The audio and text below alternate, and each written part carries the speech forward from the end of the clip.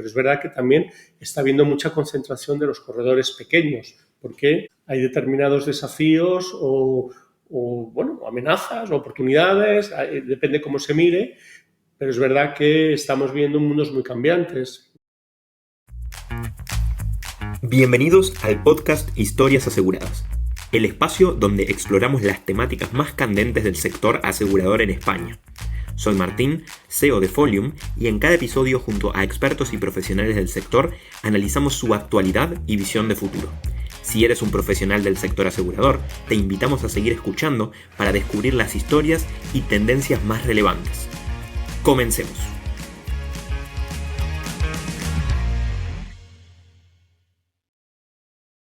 Hola a todos y bienvenidos a un nuevo episodio de Historias Aseguradas. Tengo el placer hoy de estar conversando en las oficinas de Adecose, que agradezco de paso la invitación, con Borja López Chicheri, el director general de Adecose. Borja, ¿qué tal? Muy buenas. Muy bien, muy buenas tardes. Encantado de que estés aquí esta tarde con nosotros, aquí en Adecose. Obviamente Adecose es un actor muy conocido en el sector, pero si quieres, para aquellos que lo conocen poco, para aquellos que no lo conocen, cuéntanos un poquito cuál es el rol de Adecose, cómo se definiría y también cuál es tu rol dentro de Adecose. Adecose, que es la Asociación Española de Corredurías de Seguros y Reaseguros, porque también nosotros, aparte de las corredurías de seguros, aglutinamos a las corredurías de reaseguro, a través de la asociación ASECORE, que es miembro también de la asociación, que es la Asociación de Corredurías de Reaseguro. Lo que somos es, ante todo, un lobby, pero lo que hacemos, sobre todo, es intentar influir en la regulación. Ese es el leitmotiv, sobre todo el ADN de la asociación, tanto en Europa, donde el 90 y pico % de la normativa, como bien sabemos todos, nos viene de ahí, como luego en el ámbito nacional, sobre todo con la Dirección General de Seguros y Fondos de Pensiones, que es lógicamente es el órgano regulador nuestro por excelencia, pero que no solamente ellos. Aquí hay muchísimos organismos o entidades con las que tenemos que relacionarnos e intentar, como decía, influir para que la regulación sea lo más acorde a nuestros intereses. Yo en mi cometido como director general, pues lo que hago es pues intentar hacerlo lo mejor posible en la medida en llevar la asociación en la parte tanto interna como en la parte externa, en el sentido de la relación con los socios, la regulación, estar muy al día de la regulación e intentar, lógicamente, que la asociación participe en todos los procesos regulatorios que están encima de la mesa y en atender, lógicamente, a los socios sus necesidades, porque es verdad que la asociación, además de toda esta función de lobby, pues presta servicios jurídico-prácticos. Me gustaría tocar diferentes temáticas que justamente tocan al día a día del corredor y quizás escuchar más que nada tu opinión, tu visión sobre el mercado en respecto a estas temáticas. Si te parece, le damos un poco esa óptica. Y quería empezar con una temática muy candente en general en las corredurías de seguro, en el mercado español, pero en el mercado europeo en general, que es la concentración. Y quería consultarte un poco cómo es tu visión con respecto a la evolución de las corredurías independientes, qué competitividad pueden tener, escucharte un poco sobre el panorama de concentración. Me parece que tú lo has dicho muy bien, Martín, una cosa muy interesante que lo has dicho a nivel europeo y a nivel mundial. Esto es un movimiento que está ocurriendo a nivel mundial y a nivel europeo, donde se están cerrando operaciones muy significativas. Y es verdad que en los últimos años los fondos o determinados operadores han visto cómo este sector es muy interesante en términos de negocio, muy interesante, y han decidido apostar fuertemente por él. Y es verdad que una concentración en un país donde hay como aproximadamente 5.800 corredores, probablemente pues el mercado no da para 5.800 corredores, porque es verdad que las noticias también que estamos viendo mucho son las noticias de las grandes operaciones, a nivel, siempre digo, a nivel de negocio, a nivel de números, pero es verdad que también está habiendo mucha concentración de los corredores pequeños, porque hay determinados desafíos o amenazas o oportunidades, depende cómo se mire, pero es verdad que estamos viendo mundos muy cambiantes. La disrupción tecnológica, la necesidad de encontrar talento, cosa muy importante, ¿no?, en este sector, como en tantos otros, o el tema de la sucesión familiar. Es decir, hay unos componentes que han hecho que el mercado, aparte de los fondos, ¿no?, que han visto que la importancia de este sector, que está marcando mucho las decisiones empresariales. A partir de ahí, pues lo que estamos viendo en Adecose indudablemente influye, porque muchas de las operaciones más importantes son de los socios de Adecose. Entonces ha habido un proceso de integración importante en estos años, o operaciones que muchas veces son o compra de participaciones, no tiene por qué ser la propia fusión o adquisición. Hay diferentes modelos, ya veremos un poco cómo va el mercado, seguirá habiendo probablemente operaciones. Lo que ocurre es que también hay probablemente muchas corredurías que ya han decidido continuar, ¿no? Porque tienen proyectos siguen siendo muy interesantes, tienen una sucesión familiar, cosa muy importante también para tomar esas decisiones, con lo que también eso que se comentaba en su momento de que van a quedar 3, pues probablemente no va a ser así. Es decir, hay mercado suficiente para que haya operadores, ¿no? Operadores importantes y que sean muchos más de 3. Pero es verdad que los 5.800 corredores que estamos teniendo hasta ahora, pues lógicamente es una cifra que tiene que menguar. No hay mercado para tantos, y lo que os decía antes, todos estos elementos tan importantes que están afectando, pues hace que determinados empresarios tomen esa decisión de unirse a grupos más, digamos, con otra dimensión. O sea que un poco la perspectiva para los siguientes años es que siga manteniendo esta tendencia de seguir concentrando, porque todavía queda un volumen significativo. Sí, así es. Lo que ocurre, lo que habla, pues que muchos operadores, algunas corredurías ya también han tomado la decisión de continuar, tienen proyectos interesantes para continuar y han decidido continuar. Eso no significa que dentro de unos años puedan tomar la decisión de unirse a grupos de mayor dimensión, pero ya se verá un poco cómo va funcionando todo esto. Bien. Para tocar otro tema importante, obviamente, en la agenda del día a día y sobre todo hablando de regulación, de defensa del corredor, de la profesión, hace ya unos 3 años que ADECO se presentó la carta del caso Banca Seguros ante la Comisión de Competencia. Y quería, preguntarte un poco cómo ha sido recepcionada, cómo ha evolucionado desde entonces. ¿Tenemos alguna actualización desde aquel 2022 a esta parte? Como para que la audiencia también pueda conocer un poco sobre el estadio del mismo.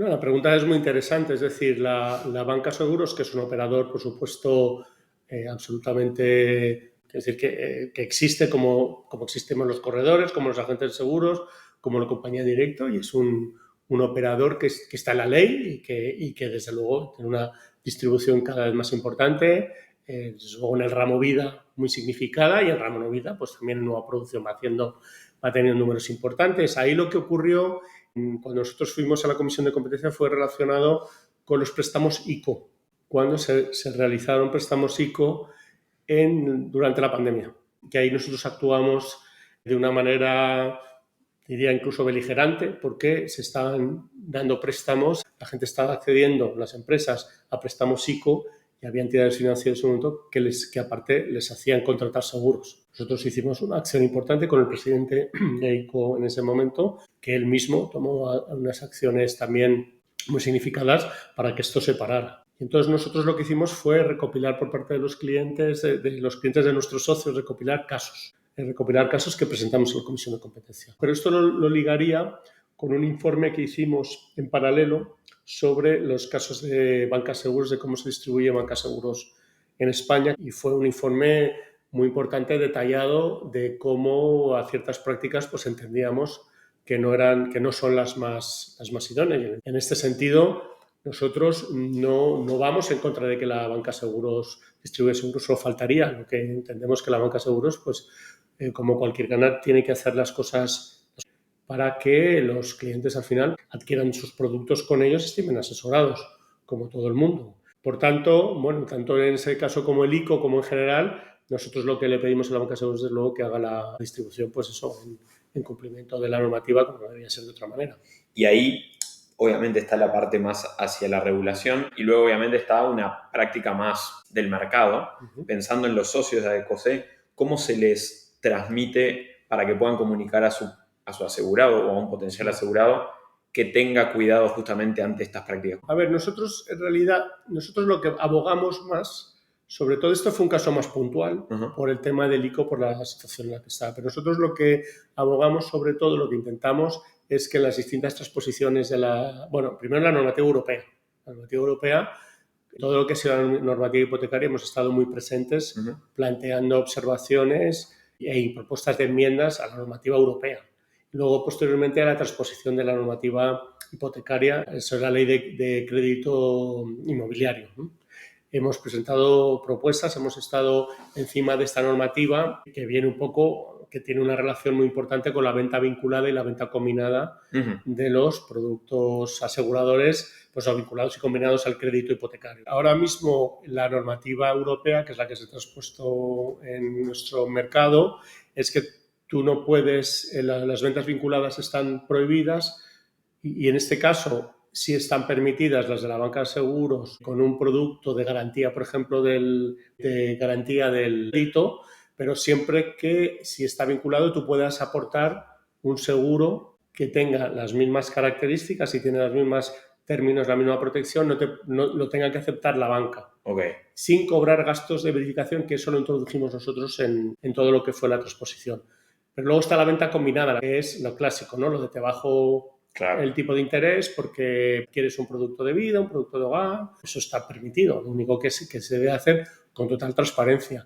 Nosotros lo que hemos presentado en una propuesta de enmienda al proyecto de ley de autoridad administrativa independiente que se está ahora de reclamaciones que está ahora en tramitación en el Congreso, ya veremos al final si sale o no, dada la situación del Parlamento español, es que, y es lo que llevamos a los reguladores, ya de la Dirección General del Tesoro y en general a los reguladores, pidiendo es que haya más comunicación y más transparencia, es decir, que los bancos tengan que informar al cliente 2 meses antes de la renovación de esos seguros, diciéndoles que esos seguros no son obligatorios, no los tiene por qué tener con el banco. Que luego los quiere tener con el banco, perfecto, para que el cliente pueda hacer lo que llaman los ingleses el shop around, ¿no? que compare y pueda decir, bueno, pues me interesa a lo mejor, libre mercado, claro. Me interesa a lo mejor que me suban el tipo de interés, pero puedo conseguir un producto de vida más económico, con mejores garantías en el mercado, y aunque me suban el tipo de interés. Es decir, que al final lo que se trata es que haya transparencia y que el cliente esté informado y decida, y el cliente decida al final lo que es mejor para él. ¿Y eso en qué está? Esto está en el Congreso, tramitación de esta ley. Lo que pasa es que este proyecto de ley, ahora mismo, pues con el parón que hay ahora mismo en el Congreso, pues no sabemos esto va a continuar. ¿En cualquier momento? ¿Un año, 2, 5? Sí, no, o a lo mejor pues se estanca, es que eso no lo podemos saber. Claro, por eso también están este tipo de entidades que pueden soportar estos procesos. Si lo vas a hacer individualmente como corredores, me imagino imposible. Este episodio es traído por Seguros News, el medio de referencia para los profesionales del sector asegurador.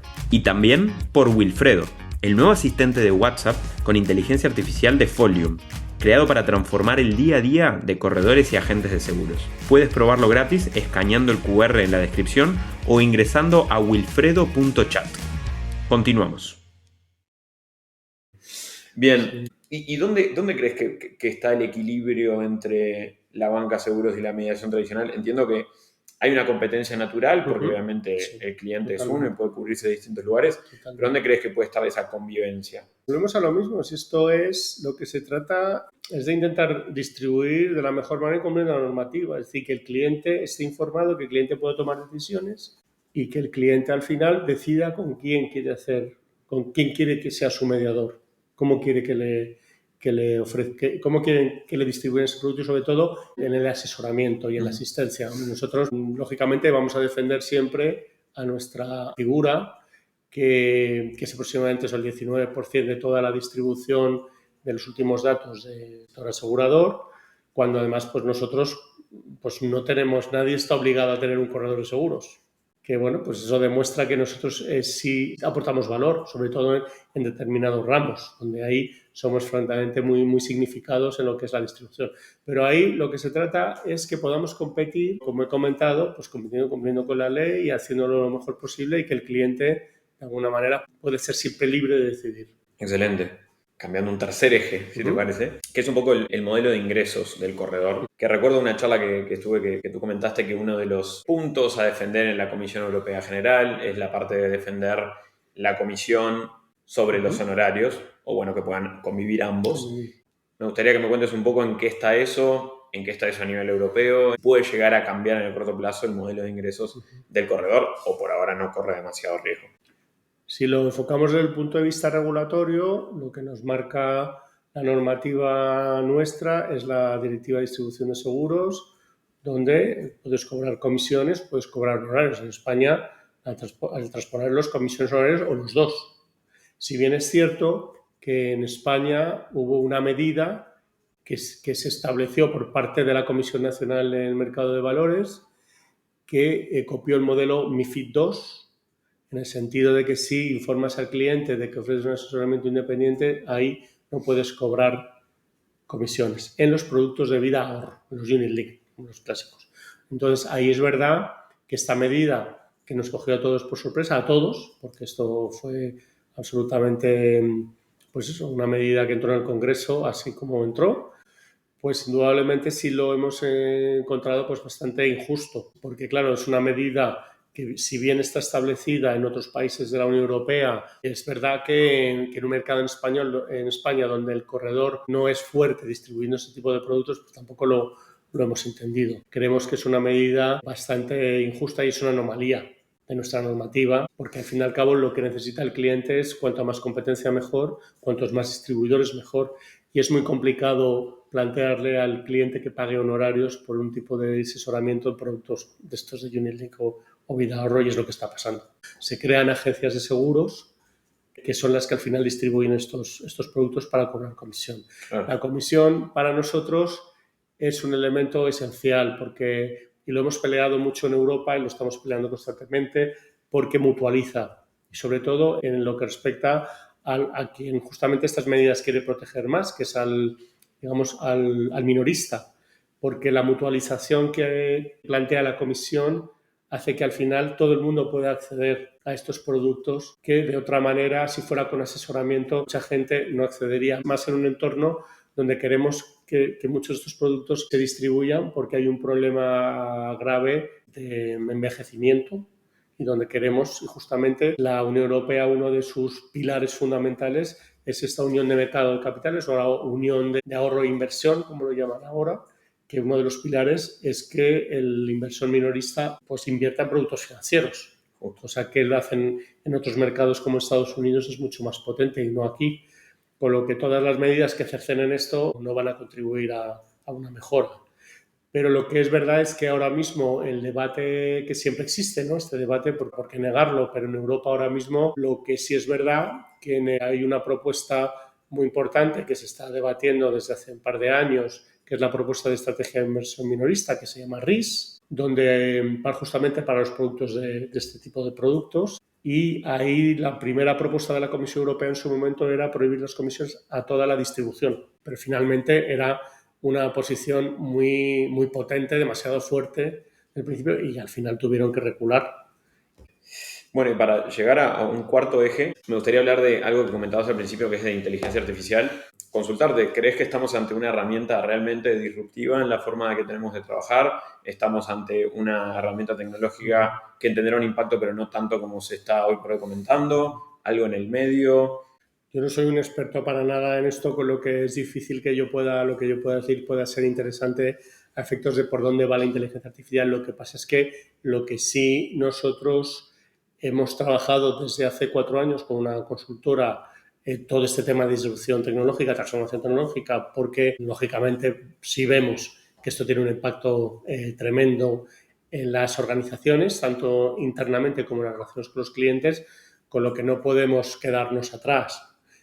Lo digo porque todos estos procesos que hemos hecho de estudio y de iniciativas de transformación tecnológica ha hecho que incluso este año hayamos creado un entorno de inteligencia artificial para nuestros socios con casos prácticos para que sobre todo aquellas corredurías que todavía andan, ¿no? La palabra no es despistada porque hay corredurías que realmente les van muy bien y lo hacen muy bien, no necesitan ahora mismo la inteligencia artificial, pero sí unos casos prácticos de comparativa de pólizas, de cobertura de siniestros, un chatbox, de digitalización de documentación, casos prácticos que están a su disposición, que sí hemos trabajado con esta consultora, como comentaba, que sí es una manera de acercarles la inteligencia artificial en cosas que realmente les puedan ser útiles y prácticas, no para cambiar su manera de trabajar, pero sí ver que muchos de los trabajos, a lo mejor algunas de las funciones más administrativas, puedan utilizar la inteligencia artificial, de modo que esto sí que cuando lo empiezan a utilizar vean que internamente les desahoga, el trabajo les facilita, les hace ser más eficientes, pero siempre desde la perspectiva de que son herramientas para utilizarlas y para adaptarlas y que sean de ayuda. Y en eso estamos. Ahora mismo el proyecto está teniendo muchísimo éxito. Buena están recepción. utilizando buena recepción, lo están utilizando en las corredurías, lo están alimentando, están perdiendo a lo mejor algunas el miedo. Y luego ya, con el tiempo, pues decidir si realmente adapto estas iniciativas o estos casos, los adapto ya internamente a mi correduría ya como una herramienta Claro. de gestión que me ayude a ser más eficiente. Y consultarte ya pensando más en perspectiva hacia adelante, esta disrupción tecnológica como otras disrupciones tecnológicas en el pasado, como pudo haber sido Internet, los dispositivos móviles, siempre como que la figura de un mediador como que, bueno, no, esto va a desaparecer, ¿no? Como que entra como en ese debate, que obviamente no es así porque mantiene un porcentaje importante de la distribución, pero consultarte desde el lado del desafío, ¿dónde crees que hoy por hoy la mediación afronta el principal desafío como colectivo? Yo creo que al principio lo hemos comentado un poco al hilo de lo que eran las concentraciones. Ahí hay desafíos que, bueno, son un poco lugares comunes, se están comentando todo el tiempo y la concentración de corredores va mucho en esa línea, ¿no? Es decir, disrupción tecnológica, inteligencia artificial. Pues no puedes cerrar los ojos a ese tsunami que viene. Pues al final también pues muchas veces esta concentración es decir, yo me tengo que adaptar, tengo que a lo mejor unirme a una correduría de mayor dimensión para yo, todo lo que es ese back office o todo ese, para ser más eficiente me dedico yo a mis clientes, a mi distribución y a esa correduría ya hace una labor ya pues mucho más, pues, más enfocada a la parte administrativa, ¿no? A la gestión de los siniestros o demás. Pero bueno, está todo el tema tecnológico, está el tema, como hablábamos, del talento, ¿no? Ahora mismo es probablemente una gran preocupación, ¿no? ¿Dónde está el talento? ¿Cómo atraer?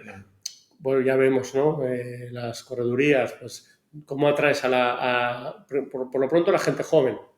Porque al fin y al cabo, la gente joven, sea para votar en las elecciones, sea para trabajar en las empresas, ¿cómo lo atraes? Nosotros siempre se habla, ¿no? Que nosotros no somos sexys.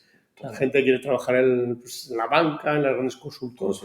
Pero luego la gente joven que acaba en las corredurías, por ejemplo en las corredurías de COSE, pues están las corredurías llenas de arquitectos, ingenieros, bueno, llenas hay, abogados, es decir, hay FP dual, gente muy preparada de la FP, parece que todo el mundo tiene que ser para nada título universal, al contrario, no hay de todo. Hacer todo este tipo, nosotros estamos muy metidos en los temas de educación financiera a través de nuestra fundación, en los temas de FP dual con otras entidades muy significadas de la distribución de seguros.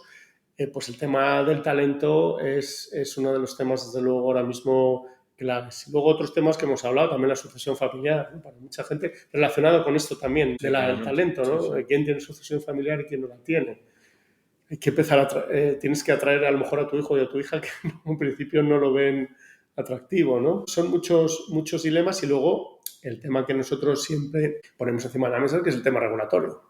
El tema regulatorio para nosotros es el gran desafío porque de alguna manera este sector de los corredores seguros ha aguantado crisis económicas, ha aguantado pandemias, lo aguanta todo, porque es muy estable, ha mejorado además profesionalmente, empresarialmente en los últimos años de manera brutal, como el propio país económicamente, no digo que sea, pero es impresionante ver la evolución. Yo llevo 19 años en COSE, la evolución de las empresas es impresionante, para bien, ¿no? Pero es verdad que el tema regulatorio es un tema que yo, pues que lo vivo más cercano, es un tema capital, porque un cambio regulatorio, hablábamos antes de alguno, ¿no? Que un cambio regulatorio te puede hacer mucha pupa.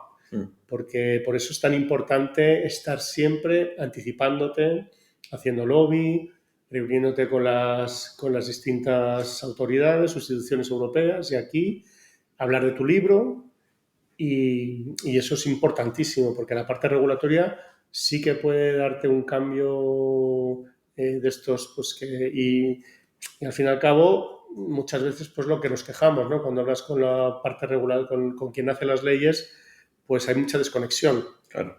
Y tienes que ir a contarles tus cosas para que al final la normativa sea acorde a tus intereses. El tema regulatorio, desde luego, para nosotros, que es la esencia mucho de las asociaciones, es absolutamente fundamental. Genial. Y bueno, pensando ya en el 2026 concretamente de COSE, cuéntanos un poco cómo es el plan. Entiendo que tienen diferentes foros anuales. Cuéntanos un poquito como para aquellos que ya son parte de AECOSE, que quizás lo conocen, y los que no también, que puedan conocer cómo opera. 2026 estará en la línea de actividades de otros años, es decir, nosotros hacemos muchísima formación continua, mucha formación que hacemos de las distintas normativas, de cumplimiento normativo, trabajamos con varios despachos, eso siempre va a estar ahí. Luego el tema de inteligencia artificial con nuestro entorno, que va a seguir estando ahí, muy fomentándolo mucho. Y luego la parte, desde luego, lobby, muchísimas normativas que van a estar ahí, europeas, sobre todo, y algunas que se tienen que transponer, a ver también cómo van los tiempos aquí, de manera muy, muy importante. Y luego lo que son las propias actividades, ¿no? Nosotros pues tenemos ahora, lo 1 de febrero será el barómetro AECOSE, el famoso barómetro AECOSE, donde a día de hoy, que todavía no se ha cerrado, ya hay más de 1.600 encuestas contestadas, 100 más que el año pasado. Bien. Y fomentar el que se complete, ¿no? Sí, es decir, que estamos hablando de un censo de a lo mejor de 8.500, 9.000 empleados en AECOSE y contestan 1.600, es una barbaridad. Entonces, el barómetro AECOSE se presentará pues, ahora a primeros de febrero y tendrá, como siempre, un impacto tremendo. Es una de las, digamos, de los highlights del sector. Todo el mundo está esperando el resultado del barómetro AECOSE, las compañías, todo el mundo, todos los socios. Y luego a lo largo del año pues seguimos haciendo nuestros foros, nuestra cena anual que van 500 personas a finales de mayo, primeros de junio. Los foros pues siempre tocamos temas muy interesantes, las renovaciones cuando toca, temas pues tecnológicos, los temas un poco de la actualidad que hacen que haya muchísima asistencia, como siempre de los socios. Es una asociación que no está bien que yo lo diga, pero se caracteriza por muchísima presencia y asistencia de los socios en todas las actividades, lo que es una gozada, la verdad. Borja, muchas gracias, un placer. De vuelta, sabemos que están a tope con el cierre de año, así que agradecerte por este espacio y por este tiempo, por comentar en distintas temáticas un poco la visión tuya y de AECOSE, obviamente, y cómo lo están acompañando desde AECOSE, que enhorabuena por todo lo que ya hace mucho tiempo que están haciendo, obviamente. Pues al contrario, muchísimas gracias a vosotros, encantados de haber tenido esta charla. Nos vemos en la próxima. Muchas gracias, igualmente. Esto fue Historias Aseguradas, donde exploramos el presente y futuro de la distribución de seguros. Recuerda que publicamos nuevos episodios todos los lunes. Suscríbete en tu plataforma favorita para no perderte ninguna conversación clave del sector.